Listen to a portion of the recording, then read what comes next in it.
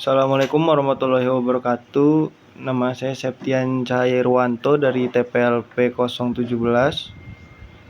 Di sini saya akan mempresentasikan tugas dari PTI atau pengantar teknologi informasi. Di sini judulnya memahami konsep komputasi dalam teknologi informasi. Yang pertama, mengidentifikasi 5 komponen dari sistem komputer. Yaitu 5 komponen dari sistem komputer itu ada perangkat keras, hardware, yang mencakup semua komponen fisik komputer seperti CPU, Central Processing Unit, dan RAM. Terus ada perangkat lunak, yaitu software. Software itu adalah program dan aplikasi yang berjalan di atas perangkat keras. Terus yang ketiga ada data. Data itu adalah informasi yang diproses oleh komputer baik dalam bentuk file, database, atau data yang diinput oleh pengguna. Terus ada pengguna atau user, adalah orang yang berinteraksi dengan komputer termasuk penggunaan akhir. Terus yang kelima itu prosedur. Prosedur adalah langkah-langkah atau instruksi yang harus diikuti dalam menggunakan sistem komputer seperti panduan penggunaan. Soal kedua, pertanyaannya menjelaskan 4 kategori hardware dan fungsinya. Yang pertama adalah unit pemrosesan atau processing unit. Contohnya seperti CPU dan GPU. Fungsinya bertanggung jawab untuk memproses data dan menjalankan instruksi. Terus yang kedua itu adalah memori. Contoh dari memori adalah RAM dan ROM. RAM random access memory dan ROM itu read only memory. Fungsinya menyimpan data sementara dan instruksi yang sedang diproses oleh CPU. Terus yang ketiga itu adalah perangkat penyimpanan atau storage device. Contohnya hard disk drive, solid state drive, dan flash drive. Fungsinya itu untuk menyimpan data secara permanen, termasuk sistem operasi aplikasi dan file pengguna. SSD lebih cepat dan lebih tahan guncangan dibandingkan HDD. Yang ketiga itu perangkat input atau output. Contohnya seperti keyboard, mouse, monitor. Fungsinya perangkat input digunakan untuk memasuki data ke dalam komputer seperti keyboard dan mouse. Terus yang pertanyaan ketiga itu adalah mendiskusikan hubungan antara hardware dan software. Yang pertama itu instruksi dan fungsi. Perangkat keras memberikan lingkungan fisik tempat perangkat lunak beroperasi. Tanpa perangkat keras, perangkat lunak tidak dapat berfungsi. Misalnya sistem operasi software mengelola sumber daya perangkat keras seperti CPU dan RAM. Yang kedua itu kompatibilitas. Software harus mengkompatibel dengan hardware tertentu untuk berfungsi dengan baik. Terus yang ketiga ada pengembangan dan pembaruan.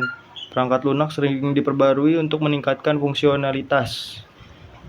Terus yang keempat itu ada kinerja dan efisien. Kinerja sistem komputer dipengaruhi oleh bagaimana perangkat keras dan perangkat lunak berkolaborasi. Software yang dioptimalkan dapat meningkatkan efisien penggunaan perangkat keras.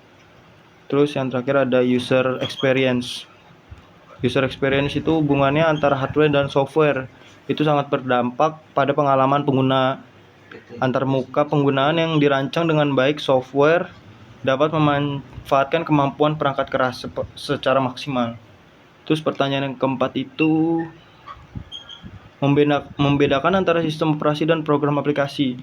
Kalau sistem operasi itu adalah merupakan perangkat lunak dasar yang mengelola perangkat keras komputer dan menyediakan layanan untuk program aplikasi. Fungsi dari sistem operasi sendiri adalah mengatur sumber daya sistem seperti CPU, memori, dan perangkat penyimpanan. Tugasnya sistem operasi adalah menyediakan antar muka pengguna, mengelola file, dan mengatur keamanan, serta multitasking. Program aplikasi adalah perangkat lunak yang dirancang untuk melakukan tugas tertentu. Fungsi program aplikasi mencakup berbagai aplikasi seperti pengelola kata, Tugasnya membantu pengguna dalam menyelesaikan pekerjaan sehari-hari. Sistem operasi adalah pengelola sumber daya dan platform. Program aplikasi adalah alat yang digunakan pengguna untuk melakukan tugas tertentu. Dan soal terakhir, pertanyaan kelima adalah menjelaskan perbedaan antara single dan multi-user system.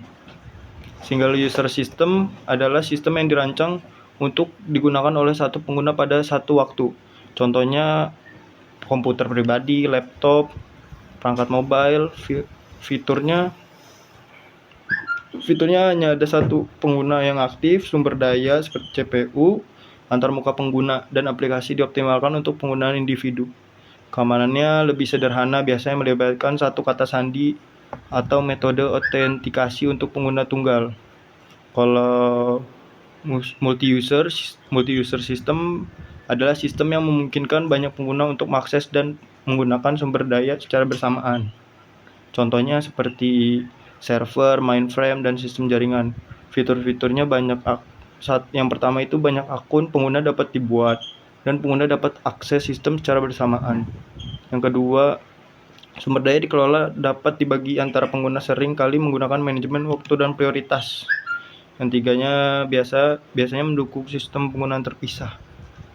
Keamanan multi-user memiliki mekanisme keamanan yang lebih kompleks seperti pengaturan izin akses dan autentikasi berlapis. Single user sendiri ada satu pengguna, satu sesi aktif, dirancang untuk penggunaan pribadi.